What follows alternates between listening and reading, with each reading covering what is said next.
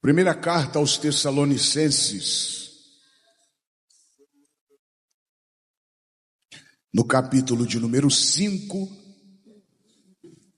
e no versículo de número 23. Tessalonicenses 5, 23. Aos que acharam, digam cantando: eu já encontrei. Diz assim a palavra do Senhor: e o mesmo Deus de paz vos santifique em tudo, e todo o vosso espírito e alma e corpo sejam plenamente conservados, irrepreensíveis para a vinda do nosso Senhor Jesus Cristo. E o mesmo Deus de paz os santifique em tudo, e todo o vosso espírito e alma e corpo sejam plenamente conservados, irrepreensíveis para a vinda do nosso Senhor Jesus Cristo. Deus, a sua palavra foi lida, e o Senhor sabe que esse povo não veio me ouvir, porque eu não tenho nada para oferecer a eles, se do céu não me for dado. Essa é a oração que sempre te faço. O Senhor sabe que eu não vim aqui demonstrar sabedoria, e muito menos destilar conhecimento. Eu vim aqui, ó Deus, ser um porta-voz das coisas espirituais. Por isso, fala com a gente, em o nome de Jesus. Fala com a gente. E quem acredita, diga amém. Existe algo muito intrínseco dentro desse texto que faz com que eu abra um parênteses para falar sobre saúde emocional. Não é surpresa ou nenhuma novidade que um dos males desse século são os complexos, os traumas, as crises emocionais, entrando em alguns viés a depressão, que é o excesso do passado, o estresse, que é o excesso do presente, e a ansiedade, que é o excesso do futuro. Nós estamos vivendo uma época aonde nós servimos um Deus de cura doentes. E a saúde emocional, ela é um dos grandes dilemas do nosso tempo, especialmente dentro da igreja. O assunto é muito complexo, porque muitos confundem vida espiritual com saúde emocional, como se fosse a mesma coisa, e não é. A saúde emocional, ela não pode ser evidenciada na intensidade do nosso culto, no fervor da nossa oração, ou o tom alto de choro que nós derramamos no altar frequentemente. E quando nós misturamos isso, nós interpretamos esses sinais como sinais de maturidade. Mas a verdade é que vida espiritual e saúde emocional não são sinônimos. Eles se completam, mas um não substitui o outro. A espiritualidade, ela é óbvio que ela nos conecta a Deus e nos fortalece, mas não resolve sozinha os nossos traumas, as nossas perdas, os nossos conflitos internos. A verdade é que a vida cristã, ela não é uma anestesia para fugir da dor. Quando nós usamos a nossa fé, gente, como um subterfúgio, nós simplesmente estamos alimentando a nossa alma com algo muito superficial. E fazendo isso, nós enterramos feridas lá no âmago do nosso ser, ao invés de tratá-las. E isso gera em nós uma espiritualidade muito frágil, como uma casa construída na areia. A estrutura até parece firme, mas qualquer tempestade revela a sua fragilidade. A Bíblia, ela nos mostra vários personagens bíblicos que surtaram por não conseguir unir suas emoções com a vida espiritual. Elias sucumbiu em uma crise profunda diante de uma ameaça de Jezabel.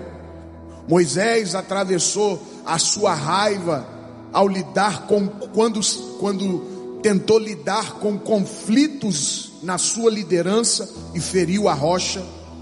Jonas se frustrou na sua expectativa ministerial quando ele foi direcionado para anunciar a misericórdia a um povo que na sua visão não merecia. E um dos mais célebres de todos, Judas, talvez o mais dramático, que não suportou os conflitos internos que carregava, ou seja, o amor intenso por Jesus e a indignação com os rumos que o ministério de Jesus levou. Isso culminou na sua incapacidade de lidar com o que estava dentro. E sem equilíbrio, ele terminou tirando a sua própria vida. Paulo aqui, ele escreve aos Tessalonicenses, mostrando que Deus deseja cuidar do ser humano por inteiro. Eu vou repetir isso aqui. Paulo escreve aos Tessalonicenses mostrando que Deus deseja cuidar do ser humano por inteiro: espírito, alma e corpo. E que ignorar qualquer uma dessas áreas gera em nós automaticamente um desequilíbrio. Porque não adianta ser forte espiritualmente e estar em ruínas emocionalmente. A verdadeira santificação, ela é integral, não fragmentada. Você precisa permitir que Deus trate cada dimensão e cada área da sua vida. Porque a grande verdade é que quem não aprende a lidar com as suas próprias emoções acaba fraquejando na fé, acaba fraquejando nos relacionamentos interpessoais, ou seja, na sua família, na sociedade, no seu conjugal. Porque a presença de maturidade é não ser governado pelas suas emoções. A paz de Deus, ela precisa ocupar o centro da sua vida, porque quando Cristo, ele se torna o centro, o espírito, a alma, o corpo vivem em harmonia, porque a centralidade de Cristo nos dá foco, nos impede que a vida desmorone e mantém a nossa espiritualidade e as nossas emoções caminhando lado a lado.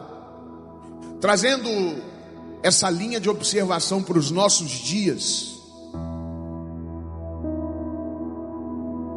não adianta demonstrarmos no culto que tudo está bem, quando na verdade a nossa mente está a ponto de surtar. Talvez eu estou pregando para pessoas aqui que estão no seu limite emocional. Eu talvez já disse na primeira vez que eu vim aqui, eu disse que o ser humano é um recipiente. Quem lembra disso? O ser humano é um recipiente. E se você não se esvazia, você surta. Então, talvez eu estou pregando aqui para pessoas que estão a ponto de surtar. Porque a verdade é que Deus não busca apenas lábios que o adorem.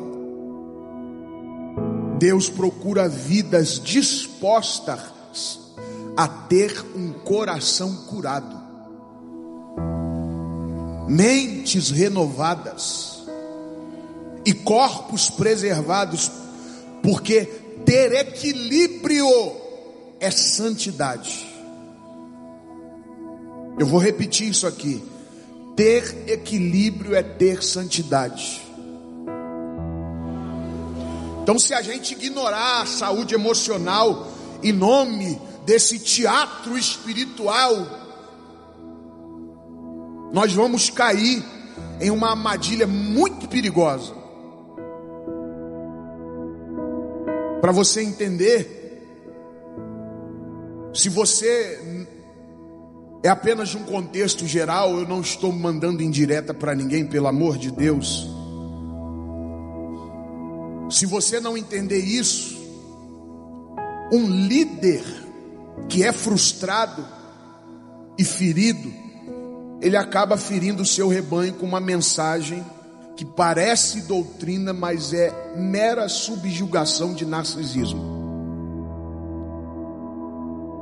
Pais emocionalmente doentes transferem os seus traumas da sua infância para os seus filhos. E cristãos que não encaram suas próprias sombras emocionais projetam os seus erros na vida dos seus irmãos ao lado. Então, uma vida espiritual que tenta esconder a dor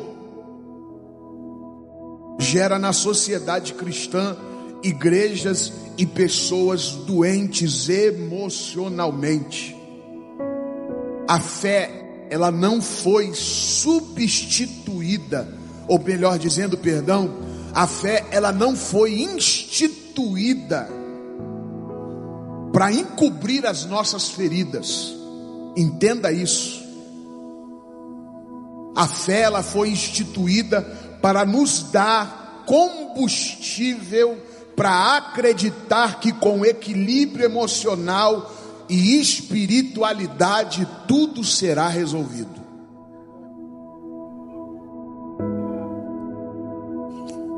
Então nós vamos aprender 3 lições aqui rápidas, claras e diretas, sem tomar o tempo. Cadê o tecladista? Me ajuda aí, que depois eu posso cantar uma música no final, pastor? Se o senhor não deixasse, eu não cantaria. Quem manda é o senhor. Primeira verdade que nós vamos aprender dentro desse texto, e se você quiser anotar, por favor, assim o faça. Olha o que Paulo diz aos Tessalonicenses: e o mesmo Deus vos santifique em tudo, e todo o vosso espírito e alma e corpo sejam plenamente, o quê? Conservados.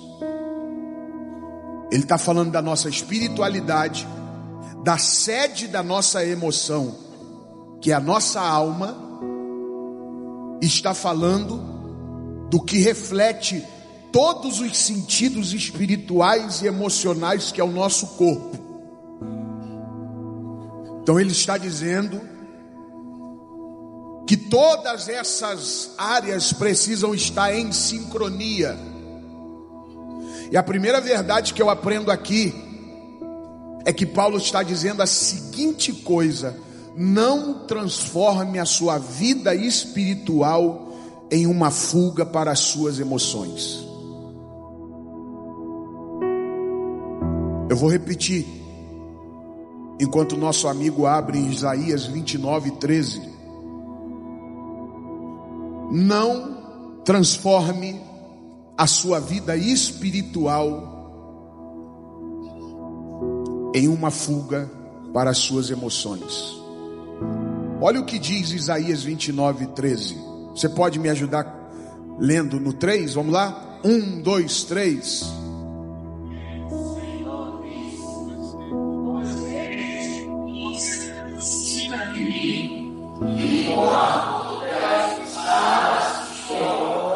Mas o seu coração se afasta para longe de mim, e o seu temor há de mim. Amém.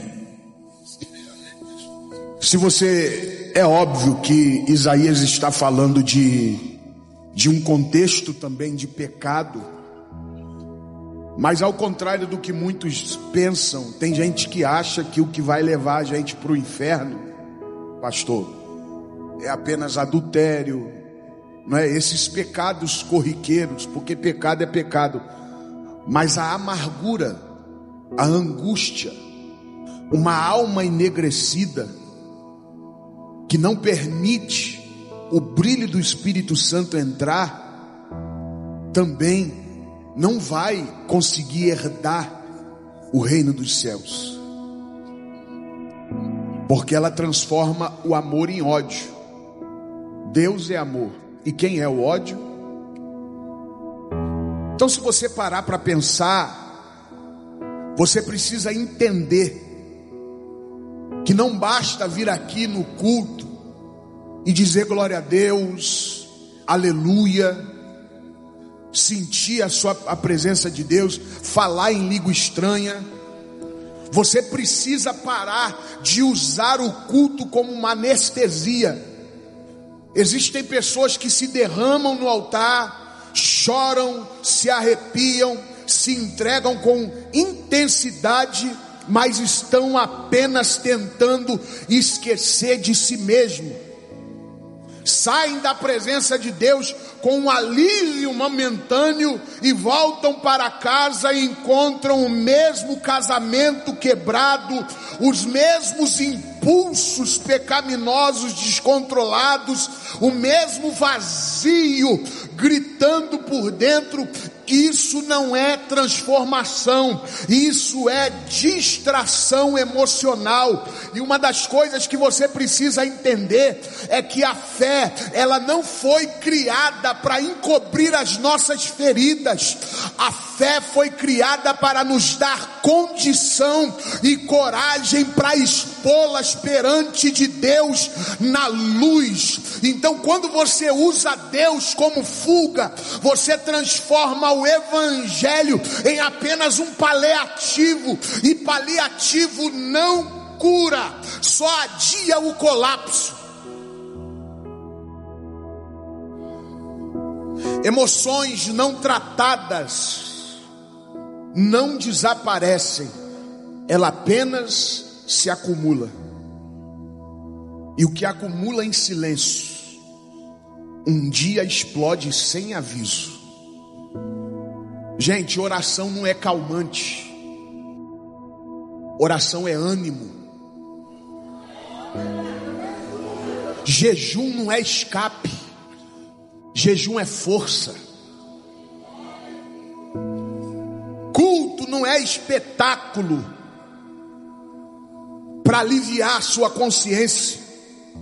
O culto é um espelho que revela quem você realmente é. Se você sai do culto do mesmo jeito que entrou, algo está errado, não com Deus, mas com a forma como você está se relacionando com Ele.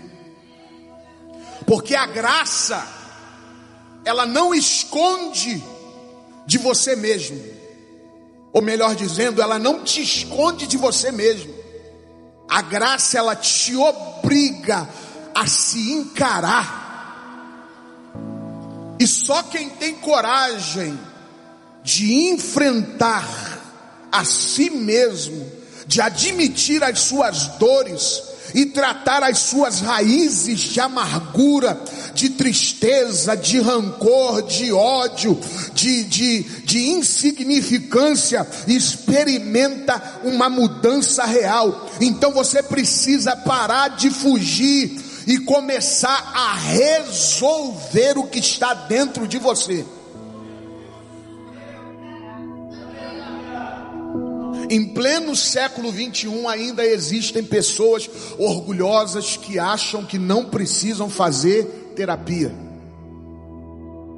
que terapia é coisa de maluco, e aí acaba trazendo problema para as pessoas ao seu redor, porque a gente dá o que a gente tem. A gente dá o que a gente tem. E se você é amargurado, o que você vai dar para as pessoas? Se você é triste, o que você vai dar para as pessoas? Se você é rancoroso, o que você vai entregar para as pessoas? Simples.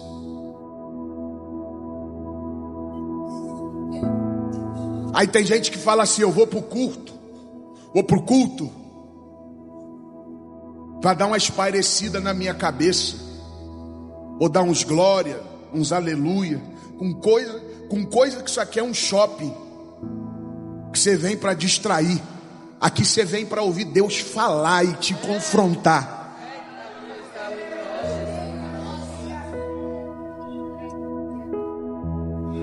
Segunda lição que eu aprendo aqui é que não existe vida espiritual sem saúde emocional. Provérbios 16, 32. Não existe vida espiritual sem saúde emocional. Vamos lá no 3? 1, 2, 3.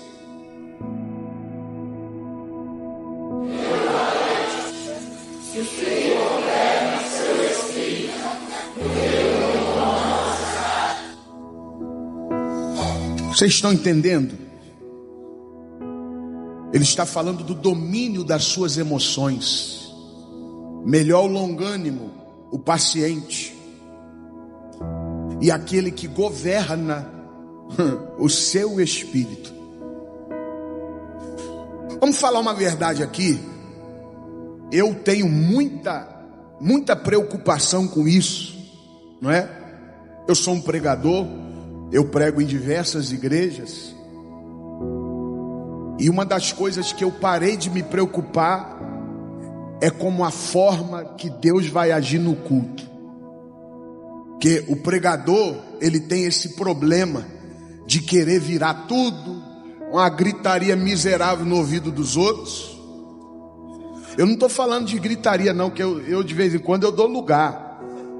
Mas eu estou falando que tem gritaria seca, de lata vazia, de gente que não tem mensagem e só fica gritando.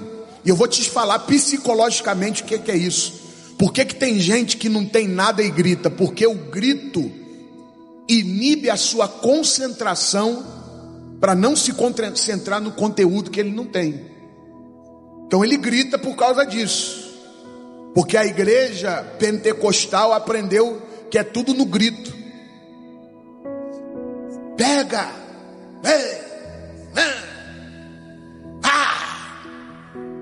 Eu estava num congresso uma vez, não está nem na mensagem. Eu estava num congresso uma vez, tinha um pregador famoso na minha. Eu era do Rio de Janeiro ainda.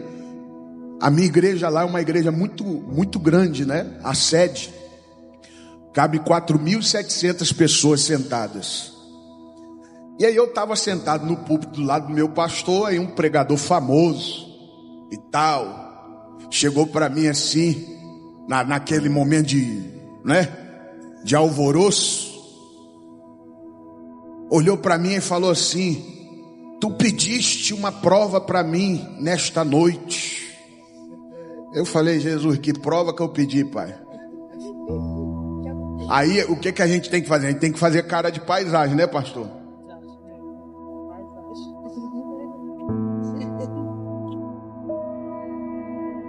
E como prova da minha presença neste lugar, eu te visito com uma glória.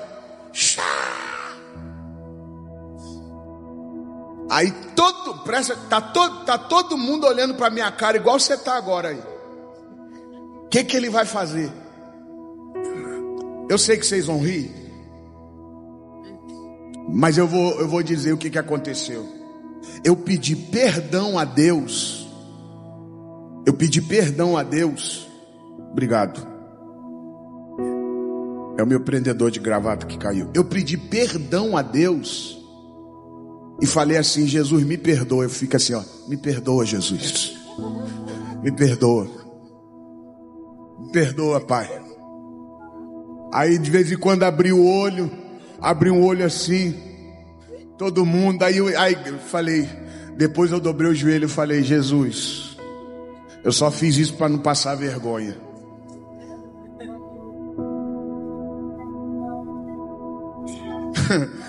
Mas deixa eu falar uma coisa para você. Você já percebeu que muitas pessoas vivem assim, uma vida espiritual de fachada? Não é julgar a fé de ninguém não, pelo amor de Deus. E nem tentar enterrar o movimento pentecostal. Mas nós precisamos admitir uma coisa: a nossa falta de equilíbrio emocional, ela está evidente no nosso comportamento diante dos nossos cultos.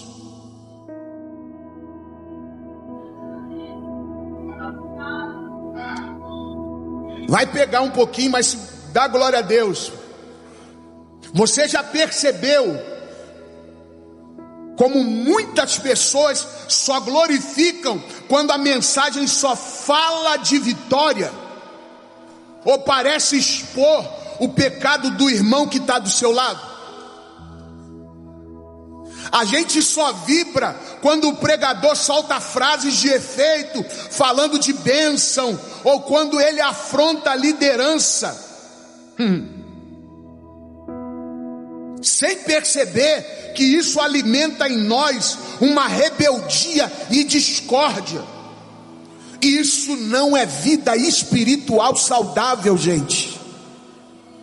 Foge desse tipo de mensagem.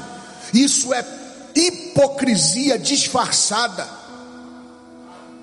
E vamos falar uma verdade: uma geração inteira tem se alimentado desse veneno, e o maior sintoma de uma vida espiritual doente é quando eu me alegro com o mal revelado em alguém, em vez de deixar que a palavra me quebre por dentro primeiro. Saúde emocional não é medida pela quantidade de línguas estranhas que nós falamos, ou pelo barulho que nós fazemos no culto. Saúde emocional é a maturidade de entender que Deus tem que falar comigo primeiro, e se eu pensar que é só para o outro antes,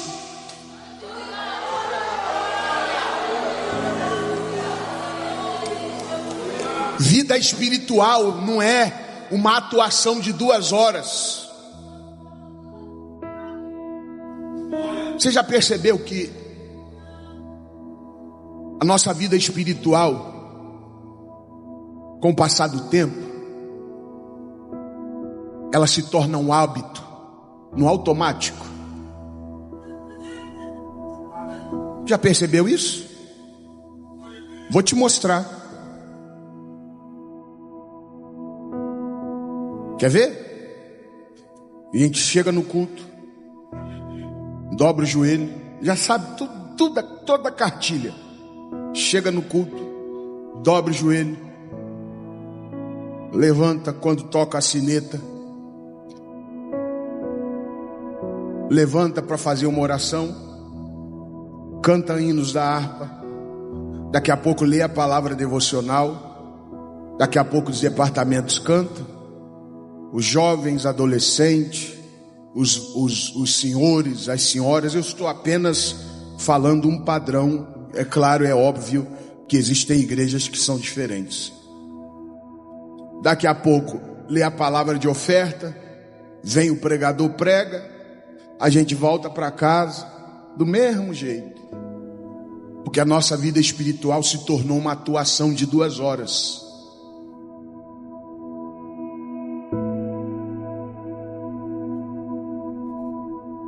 E vida espiritual não é atuação de 2 horas, gente. É uma caminhada constante com Deus. Um culto verdadeiro, ele precisa me empurrar para dentro de mim. Porque quem não olha para dentro de si, guarda o que eu estou te falando aqui. Quem não olha para dentro de si, nunca vai mudar do lado de fora. Deixa eu te falar uma coisa, ninguém cai da noite para o dia, ninguém peca da noite para o dia, ninguém se afasta de Deus da noite para o dia. Todo erro é comportamental. Toda deficiência é comportamental. Se sabe mais de uma pessoa através dos seus erros do que dos seus acertos.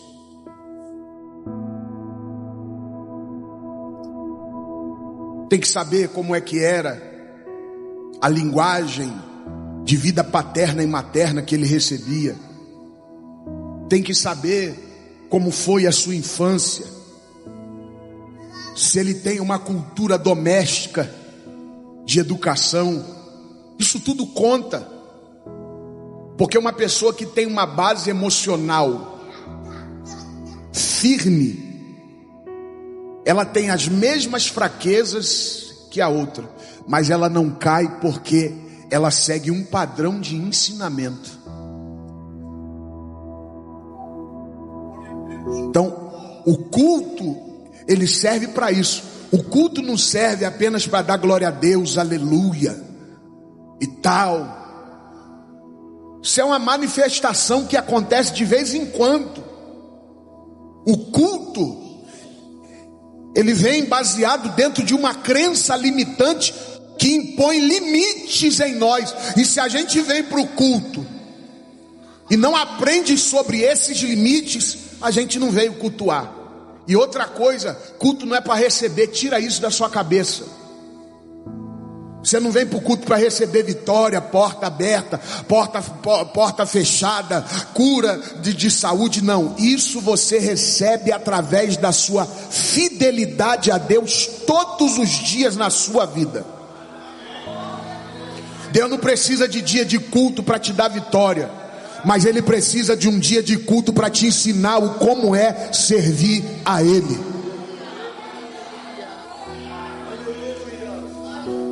A última verdade dentro desse texto: o que você não resolve te adoece.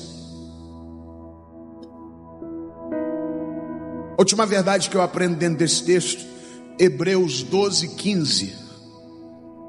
Aquilo que você não resolve te adoece.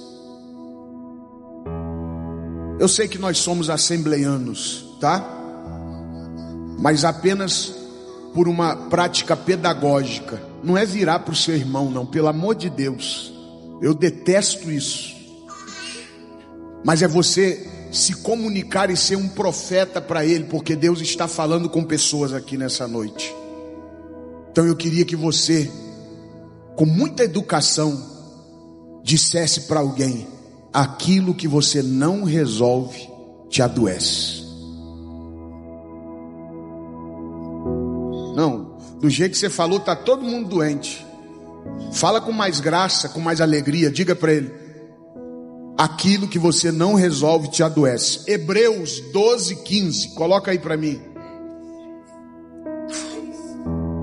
Hebreus, carta aos Hebreus 12:15. Cadê os Hebreus? Cadê os Hebreus? Diz assim a palavra do Senhor: tendo cuidado de que ninguém se prive da graça de Deus. Vamos lá, volta para mim, para todos nós lermos. 1, 2, 3.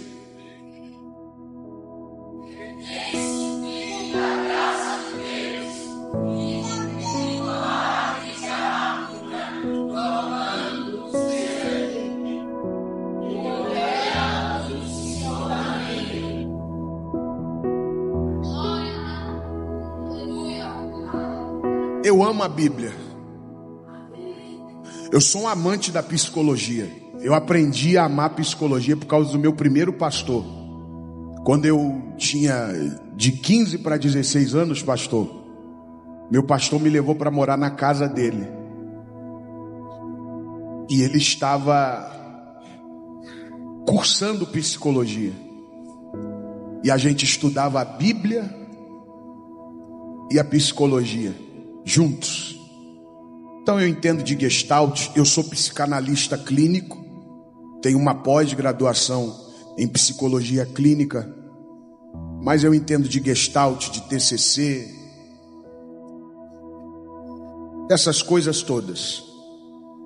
Apesar de ser apaixonado pela psicanálise, porque eu acho que a psicanálise é a parte prática da psicologia. Isso aí é igual ao gosto, né?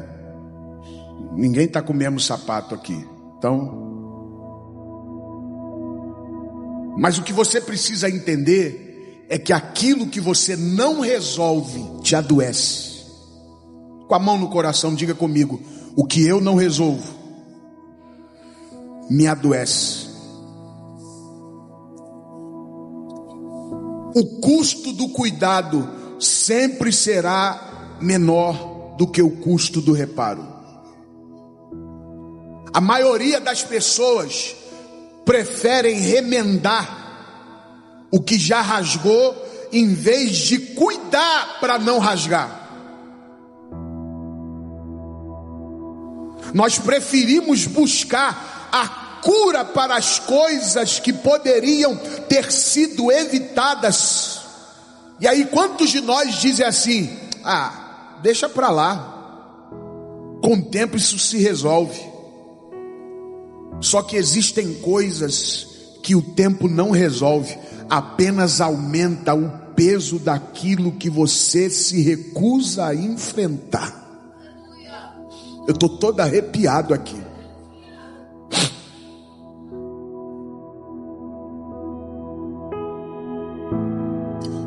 Ter saúde emocional é entender que Deus não é responsável pela minha vida, eu é que sou.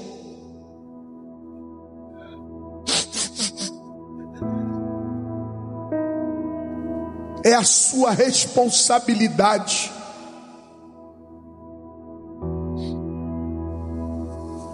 Cuidar das suas escolhas, cuidar da sua casa, cuidar das suas emoções.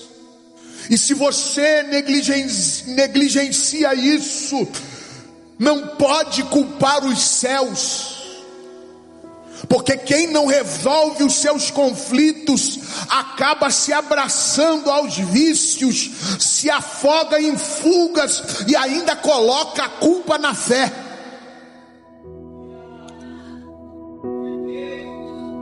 O ser humano vive aquilo que chamamos de crise de consciência, onde tudo aquilo que fizemos, como escolhas impensadas, atitudes erradas, oportunidades desperdiçadas e decisões precipitadas, voltam para nos cobrar.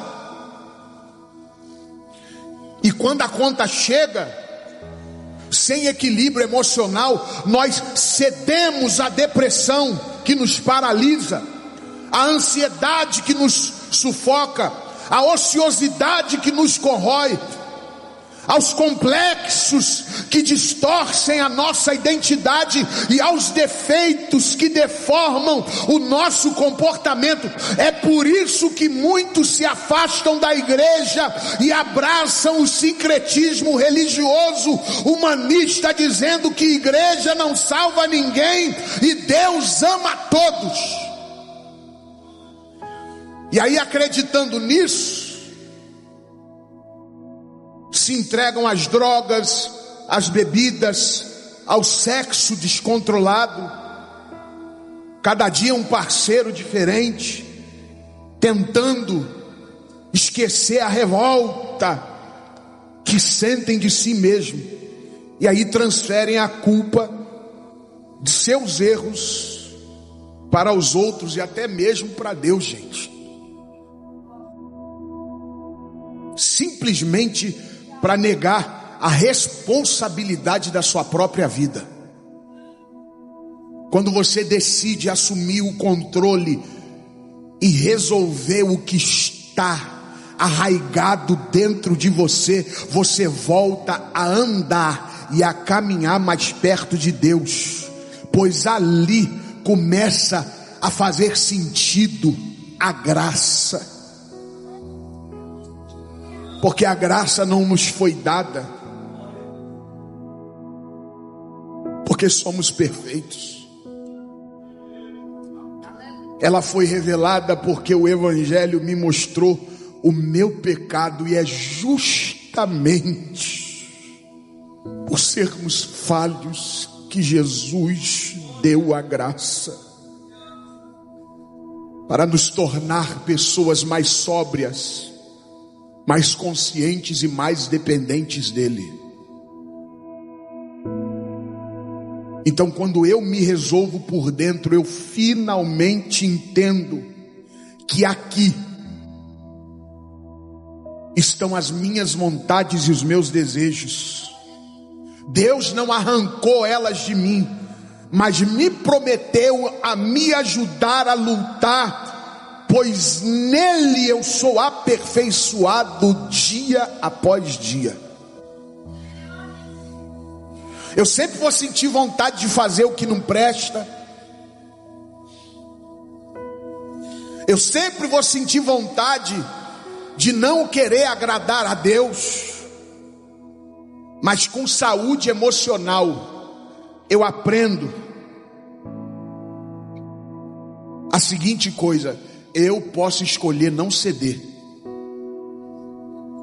porque no fim, o que eu faço aqui ecoa na eternidade. Eu, como atendo algumas pessoas, eu sou também supervisor de um setor no campo do meu sogro, e eu atendo muitas pessoas. E hoje, como eu falando de sincretismo, eu encerro agora. Nós estamos vivendo um momento muito delicado da igreja, porque as pessoas estão com argumentos dizendo que vão se entregar às suas vontades, porque Deus não deu força para elas para lutar.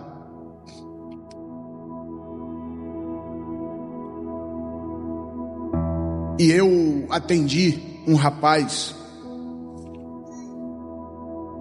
que tinha fraquezas de homossexualidade, e eu disse para ele: isso nunca vai sair de você, esse desejo nunca vai sair. Como um ex-drogado que sempre vai ter vontade de cheirar uma cocaína, de fumar uma maconha, desculpa o termo chulo rasgado, como um alcoólico que sempre vai ter vontade de sentir o sabor do álcool, ou como um mulherengo que tem que lutar contra seus desejos para não cometer adultério. Isso nunca sai. Mas como é que a gente faz? É matando um leão por dia. O que Jesus diz? O que a Bíblia diz? Basta cada dia o quê? O seu mal. O problema da gente é que a gente quer pegar o nosso passado e o nosso futuro e jogar no nosso presente e querer resolver. É aí que a gente surta. Agora, por que você não deve ceder às suas práticas? Porque não importa o que você sofra aqui, quando você chegar lá naquele grande dia, eu estou todo arrepiado aqui, você vai ver o quanto valeu a pena servir a Deus e ser fiel a Ele.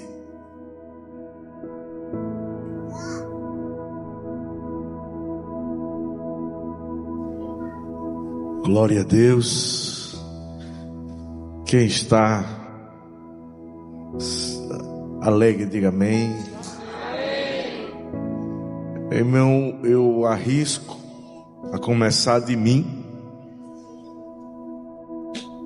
que esta mensagem não escapou ninguém. A começar de mim,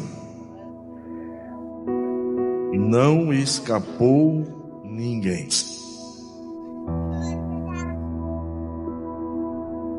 Mas eu guardei uma coisa.